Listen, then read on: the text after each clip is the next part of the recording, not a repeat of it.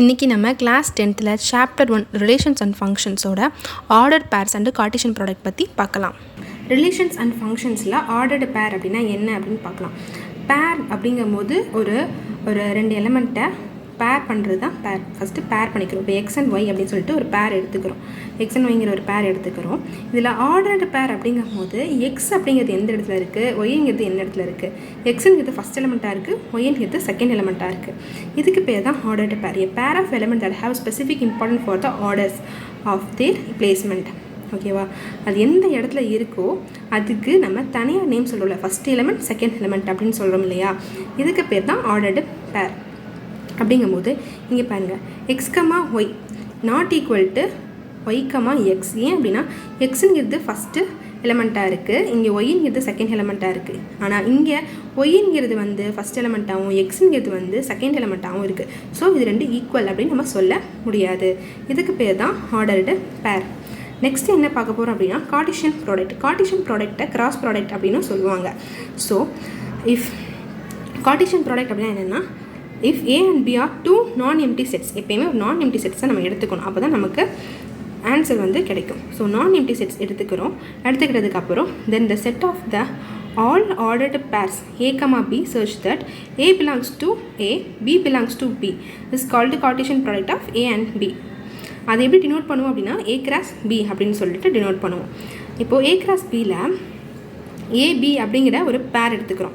இப்போ இந்த ஒரு ஆர்டர்டு பேரை என்ன பண்ணுறோம் அப்படின்னா, ஏ அப்படிங்கிறது வந்து எதில் பிலாங்ஸ் ஆகிருக்கும் அப்படின்னா கேபிட்டல் ஏ அப்படிங்கிற ஒரு செட்டுக்குள்ளே பிலாங்ஸ் ஆகிருக்கும். அதே மாதிரி பி அப்படிங்கிறது வந்து எதில் பிலாங்ஸ் ஆகிருக்கும் அப்படின்னா ஒரு பி அப்படிங்கிற செட்டுக்குள்ளே பிலாங்ஸ் ஆகிருக்கும்.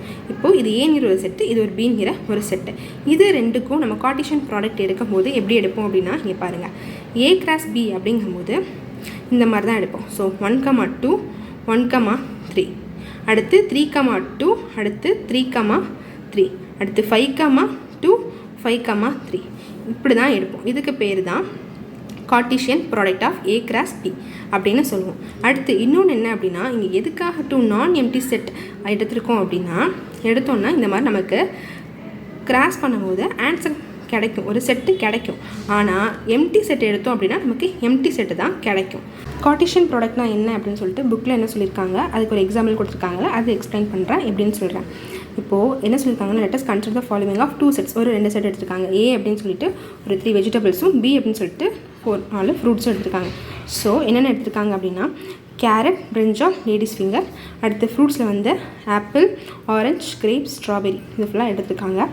நெக்ஸ்ட்டு இதை வந்து என்ன பண்ணணும் அப்படின்னா ஏ கிராஸ் பியில் எழுத போகிறோம். ஸோ ஏ அப்படிங்கிறதுல வந்து சிபிஎல், அடுத்து பி அப்படிங்கிறதுல என்னென்ன இருக்குது அப்படின்னா ஏஓஜிஎஸ் அப்படின்னு சொல்லிட்டு ஒரு செட்டு, இது ஏங்கிற ஒரு செட்டு, இது பிங்கிற ஒரு செட்டு. ஸோ இந்த ரெண்டு செட்டை என்ன பண்ணணும் அப்படின்னா நம்ம பேர் பண்ணி எழுதுகிறோம். இப்போது ஏங்கிற செட்டை ஃபஸ்ட்டு எலிமெண்ட்டில் பேர் பண்ணிக்கணும், பிங்கிறத வந்து செகண்ட் எலிமெண்ட்டாக பேர் பண்ணிக்கணும். ஸோ ஃபஸ்ட்டு சீன்கிறத எப்படி பேர் பண்ணியிருக்காங்க பாருங்கள். சீன்கிற கேரட்டை எல்லாத்துலேயுமே, அதாவது ஏஓஜிஎஸ் எல்லாத்துலேயுமே இது பண்ணணும். அதே மாதிரி பிரிஞ்சால் பின்னு சொல்லிட்டு எடுத்துருக்காங்க. ஸோ அதை வந்து எப்படி பண்ணணும்னா B, B, O, B, G, B, S அப்படின்னு சொல்லிட்டு பேர் பண்ணணும். அடுத்து எல், லேடிஸ் ஃபிங்கரை எல்னு சொல்லிட்டு எடுத்துருக்காங்க. ஸோ அதை என்னென்ன ஃப்ரூட்ஸோட பேர் பண்ணணும்னா இருக்கிற எல்லா ஃப்ரூட்ஸோடும் பேர் பண்ணணுமா. So L, A, L, O, L, G, L, S அப்படின்னு சொல்லிட்டு பேர் பண்ணணும். அப்படி தான் இங்கே கொடுத்துருக்காங்க. ஸோ எத்தனை பேர்ஸ் வரும் அப்படின்னா கடைசியாக நமக்கு 12 பேர்ஸ் கிடைக்கும். ஓகேயா? இன்னொன்று என்ன அப்படின்னா, இங்கே எப்படி 12 அப்படின்னு சொல்லி ஈஸியாக கண்டுபிடிக்கலாம் அப்படின்னா, இங்கே இருக்கிறத வந்து வெஜிடபிள்ஸில் 3 கொடுத்துருக்காங்க, ஃப்ரூட்ஸ் 4 கொடுத்துருக்காங்க. ஸோ இது ரெண்டையும் நம்ம மல்டிபிள் பண்ணோம் அப்படின்னா நமக்கு எத்தனை பேர் கிடைக்கும் அப்படின்னு சொல்லிட்டு தெரியும். ஸோ 3 × 4 எவ்வளோ அப்படின்னா 12. ஸோ மொத்தம் நமக்கு 12 கிடைக்கும். இதுதான் நமக்கு வந்து கொடுத்துருக்க எக்ஸாம்பிள். இது புரிஞ்சுச்சா? நெக்ஸ்ட்டு வந்து என்ன பார்க்க போகிறோம் அப்படின்னா, இங்கே பாருங்கள், A cross B not equal to B cross A. ஓகேயா? ஏன் அப்படின்னா ஏ கிராஸ் பியில் வந்து ஏ தான் ஃபஸ்ட் எலிமெண்ட்டாக இருக்கும், பியில் இருக்கிறதெல்லாம் செகண்ட் எலிமெண்ட்டாக இருக்கும். ஆனால் பி கிராஸ் ஏல என்ன பண்ணுவோம் அப்படின்னா பியில் உள்ளதெல்லாம் ஃபஸ்ட் எலிமெண்ட்டாகவும் ஏல உள்ளதெல்லாம் செகண்ட் எலிமெண்ட்டாகவும் இருக்கும்.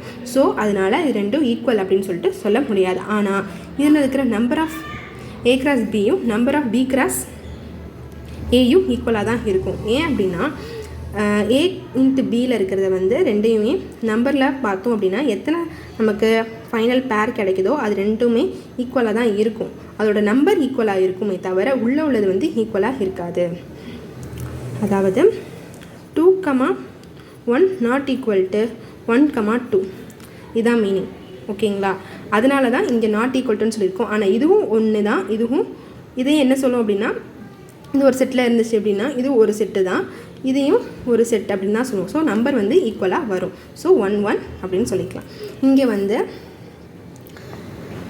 ஏதாவது ஒரு செட்டு வந்து எம்டியாக இருந்துச்சுன்னா ஏயோ பியோ எது வேணாலும் ஏதாவது ஒரு செட் எம்டியாக இருந்துச்சு அப்படின்னா அதை கிராஸ் பண்ணையில் நமக்கு எம்டி செட் தான் கிடைக்கும். அப்புறம் n of a equal to பின்னு வச்சுக்கிறோம், n of b equal to க்யூன்னு வச்சுக்கிறோம். ஸோ அப்படி வச்சுக்கிட்டோம் அப்படிங்கும்போது n ஆஃப் a கிராஸ் பியோட வேல்யூ என்ன பண்ணலாம் அப்படின்னா இது ரெண்டையும் மல்டிபிள் பண்ணிக்கலாம். இப்போ n of a equal to 3 எப்படின்னு வச்சுக்கோங்க. அதே மாதிரி n of b equal to 4ன்னு வச்சுக்கோங்க. So n of a cross b equal to 12 அப்படின்னு கிடைக்கும். இந்த எக்ஸாம்பிளில் தான் இங்கே நம்ம பார்த்துருக்கோம். ஸோ நமக்கு கடைசி எத்தனை கிடச்சிச்சு? 12 கிடச்சிச்சு. ஓகேங்களா?